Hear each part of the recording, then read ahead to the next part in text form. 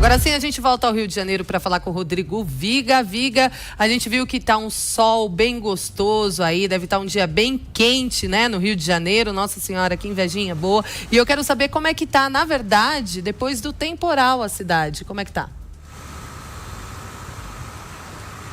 Caliana, não dá para se iludir com esse tempo bonito, com esse sol, embora hoje tenhamos uma brisa aqui no Rio de Janeiro.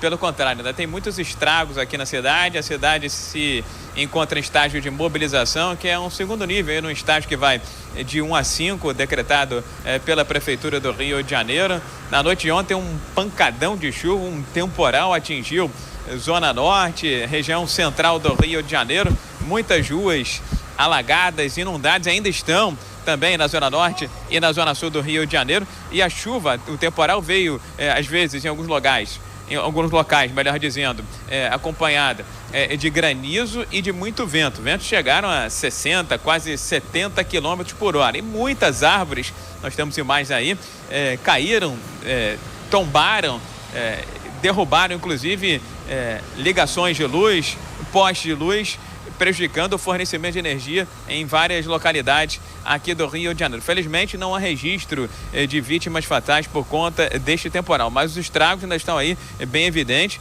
E o que chama a atenção também é o fato de que o alagamento aconteceu em locais que a gente sabe que vão alagar, ali na Praça da Bandeira, também no bairro do Catete, em Laranjeiras. Sempre que chove, não precisa chover muito não, há uma inundação nessas regiões. Em Niterói, na região metropolitana, houve até um fato talvez inédito, curioso. Uma plataforma P-70 da Petrobras estava ancorada na Baía de Guanabara para se preparar para a alocação em alto mar.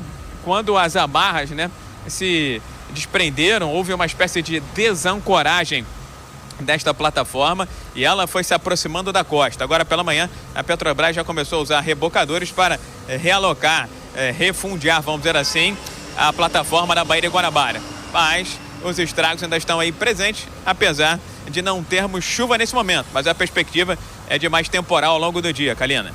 Ô Viga, e sobre o coronavírus, que está repercutindo em todo o mundo, tem ou não tem um caso confirmado aí no Rio de Janeiro ou só uma suspeita?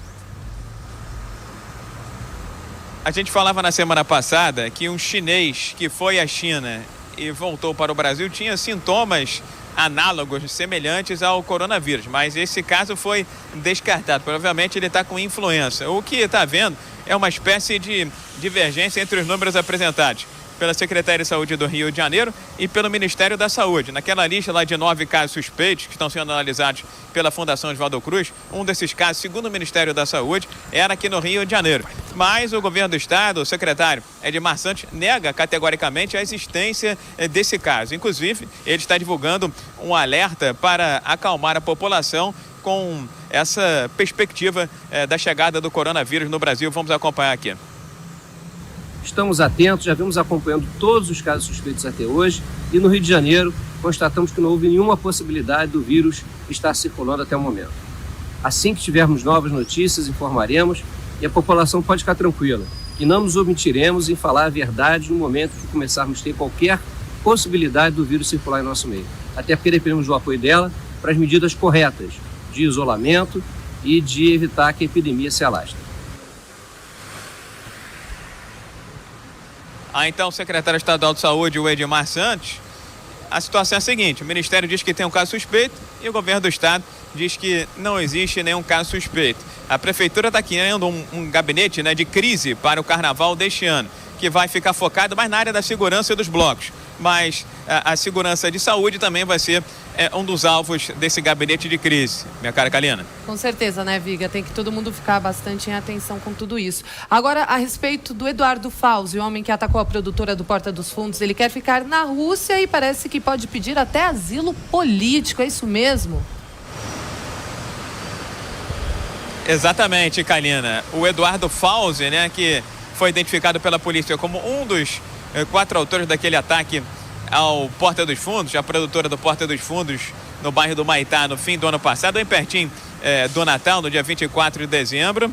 Ele foi visto pelas câmeras do Galeão embarcando para a Rússia e lá está desde que teve a sua prisão decretada pela Justiça do Rio de Janeiro. Pois bem, os advogados do Fauzi, um empresário aqui do Rio de Janeiro, que já se meteu em várias confusões, diga-se de passagem, admitem a possibilidade de que o Fauzi estaria tentando pedir asilo político na Rússia, onde está, vamos dizer assim, escondido, onde está foragido, desde que a justiça decretou a prisão dele por conta daquele ataque que teria uma ligação, teria sido motivado por conta de um vídeo produzido pelo Porta dos Fundos no ano passado, na época natalina, minha cara Caliana. E a gente volta a falar sobre PM morto no Rio de Janeiro, só que dessa vez, né, Viga, não foi em confronto com bandidos. O que aconteceu? Briga entre policiais militares. Já imaginou uma coisa dessa, minha cara Caliana? Os homens que estão aqui servindo, né, os agentes de segurança para proteger a população, acabaram se envolvendo numa confusão. Aquela história fechada, batidinha de trânsito, aconteceu em Cabo Frio, cidade da região dos Lagos do Rio de Janeiro. E aí foi aquela confusão danada, os dois armados com porte de arma atiraram um no outro. Houve uma troca de tiros entre dois policiais militares. Os dois foram baleados, sendo que um deles, que era lotado no batalhão do Leblon, na zona sul do Rio de Janeiro, área nobre aqui da capital, não resistiu aos ferimentos. Então, infelizmente, chegamos agora a 8 policiais mortos, somente nesse mês de janeiro de 2020, somente nesse ano que mal começou. São mais de 10 agentes de segurança alvejados, os outros 7 que morreram foram fruto de casos de violência e, nesse caso, a 8ª vítima, o 8º policial militar morto neste ano de 2020, resultado de uma confusão entre homens de farda da mesma corporação por conta de uma briga de trânsito. Caliano.